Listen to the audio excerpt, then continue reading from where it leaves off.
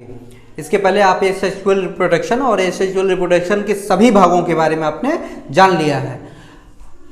Sexual reproduction के अंतर्गत जैसे जिस प्रकार से आपने देखा था, जाना था कि एसेक्सुअल रिप्रोडक्शन में सिर्फ एक जनक की आवश्यकता होती है, या मेल हो या फीमेल हो, मगर सेक्सुअल रिप्रोडक्शन में दो जनक की जरूरत होती है, मतलब बाई पेरेंटल होते हैं। बाई पेरेंटल से तात्पर्य होते हैं कि मेल भी होगा और फीमेल भी होगा, ठीक है, बाई पेरेंटल होंगे, विपरीत लिंग उपस्थित होंगे सेक्सुअल रिप्रोडक्शन में।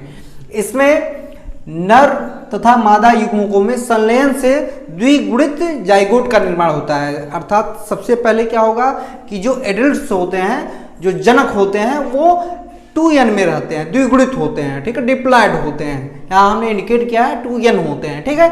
और जो फीमेल भी होते हैं वो भी 2n होते हैं, मतलब जो पेरेंट्स होते हैं वो डिप्लॉयड होते हैं। क्या होते हैं?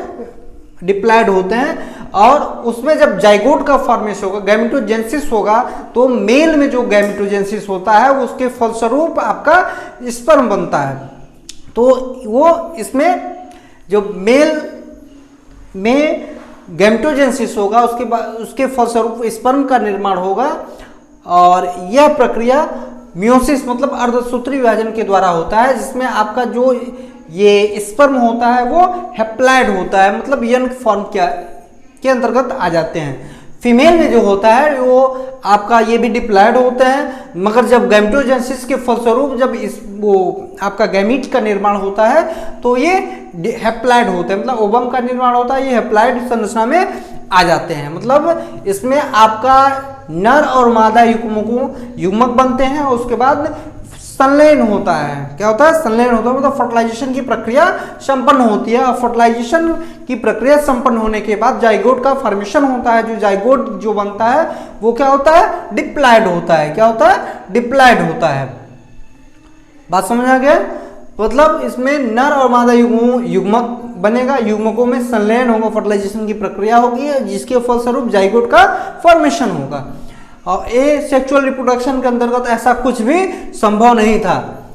युग्मकों के निर्माण के समय अर्धसूत्री विभाजन होता है, मतलब आपका मियोसिस की प्रक्रिया होती है। क्या होती है? मियोसिस की प्रक्रिया होती है। यहाँ पर इंडिकेट किया गया है कि अर्धसूत्री की विभाजन के फलस्वरूप इसमें जो भी संख्या होती है, गुणसूत्रों की जो संख्या होती है वो क्या होती है? हैप्लॉयड हो जाता है। क्या हो जाता है? डिप्लॉयड से हैप्लॉयड हो जाता है, और जिसके फलस्वरूप जो गुणसूत्रों की संख्या होती है वो n हो जाती है। यहाँ पे इंडिकेट भी किया गया है, और सूत्री विभाजन होता है। जो सेक्सुअल रिप्रोडक्शन के फलस्वरूप जो ऑफस्प्रिंग बनते हैं, क्या बनते हैं? ऑफस्प्रिंग बनते हैं, वो अपने पेरेंट्स से क्या होते हैं? बिल्कुल भिन्न होते हैं। वो आनुवंशिक रूप से भी भिन्न होते हैं, संरचनात्मक रूप से भी भिन्न होते हैं, और यही नहीं, जो भी उस माता पिता से अन्य संतानें होंगे, अर्थात उनके भाई बहन होंगे, उनसे भी वो भिन्न होते हैं। सेक्सुअल रिप्रोडक्शन का मेन कैरेक्टर यही है कि जो भी संतानें होती हैं वो क्या होते हैं? भिन्न होते हैं, अपने पेरेंट्स से भी भिन्न होते हैं। इसीलिए सेक्सुअल रिप्रोडक्शन को कहा गया है कि ये एक प्रकार का वेरिएशन जो विभिन्नताओं का होता है, जो एक नई संरचना का निर्माण कर देता है। धीरे धीरे परिवर्तन ऐसा होता जाता है, नए जीवधारियों का निर्माण हो जाता है। इसमें इसकी प्रमुख भूमिका होती है। जबकि एसेक्सुअल रिप्रोडक्शन में आपने पढ़ा था कि जो भी संतानें होती हैं वो क्लोन की भांति काम करते हैं, मतलब वो माता पिता के या अपने सगे संबंधी से या अपने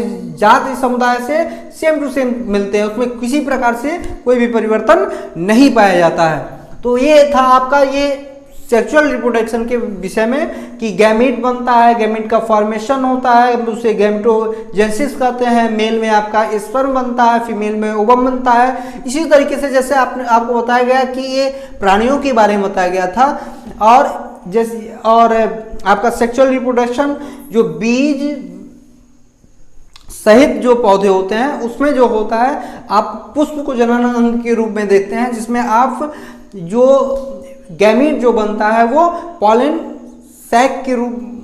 ग्रेन के रूप में रहता है, और जो आपका फीमेल का जो गैमीट बनता है वो एग के रूप में होता है। दोनों में फर्टिलाइजेशन की प्रक्रिया होती है और नए सीड का निर्माण होता है, और उसी सीड से नए पौधे का निर्माण हो जाता है। तो ये सेक्सुअल रिप्रोडक्शन पादपों में लैंगिक जनन, सेक्सुअल रिप्रोडक्शन इन प्लांट्स, इसमें आपको दो प्रकार पढ़ना है, एक है मोनोकार्पिक प्लांट्स पादप, मोनोकार्पिक प्लांट्स, और पॉलीकार्पिक पादप, पॉलीकार्पिक प्लांट्स।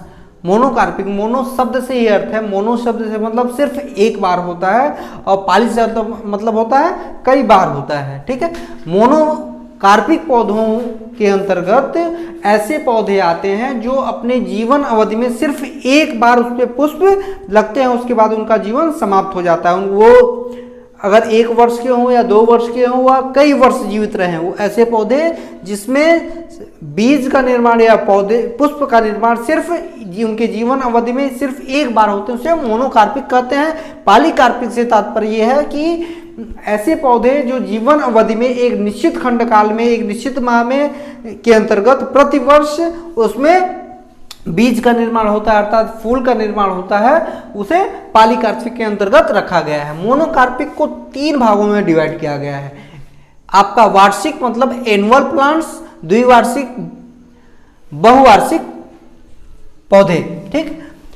वार्षिक पौधे के अंतर्गत जैसे उदाहरण के रूप में गेहूं और चावल या सरसों का उदाहरण लिया गया है, या अन्य दलहन पौधों का उदाहरण दिया गया है, जिनका जो जीवन अवधि होता है सिर्फ 1 वर्ष का होता है, और 1 वर्ष में सिर्फ एक बार पुष्प लगते हैं, उसके बाद उसका अस्तित्व समाप्त हो जाता है। उदाहरण के तौर पे गेहूं चावल को आपने देखा होगा कि 6 महीने मतलब 1 महीने के अंदर ही 1 वर्ष के अंदर ही उसमें वो बीज से बीज से पौधे का निर्माण होता है, पौधे पर बीज का निर्माण, फूल लगते हैं, बीज का निर्माण होता है, उसके बाद वो सूखकर समाप्त हो जाते हैं।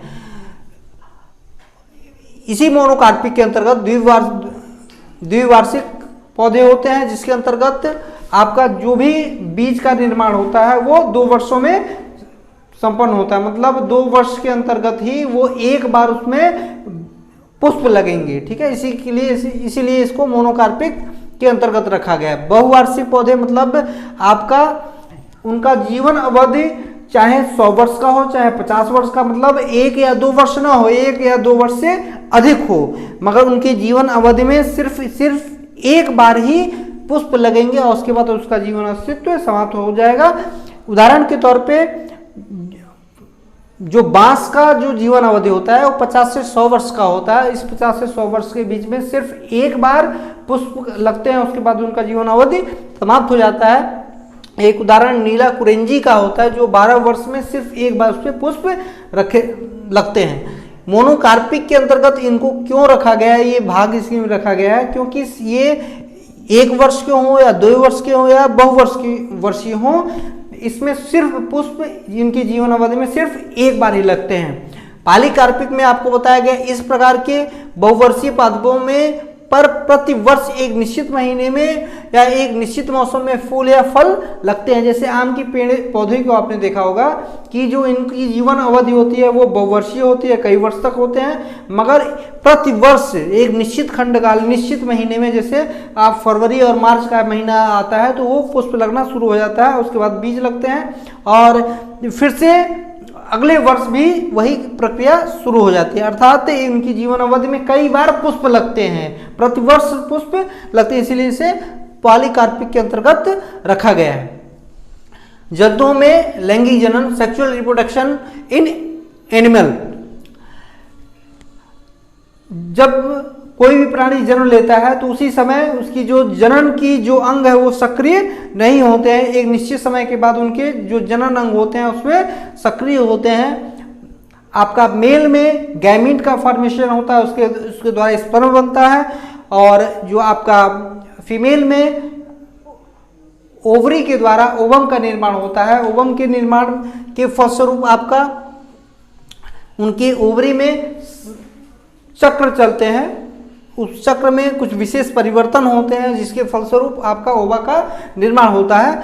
और इसको 2 भागों में बांटा गया है। गाय, भैंस, भेड़, बकरी इत्यादि में मध्य चक्र चलता है, और जबकि बंदर, मानव आदि में मध्य चक्र को ही आवर्त चक्र या मेस्ट्रुअल साइकिल कहते हैं।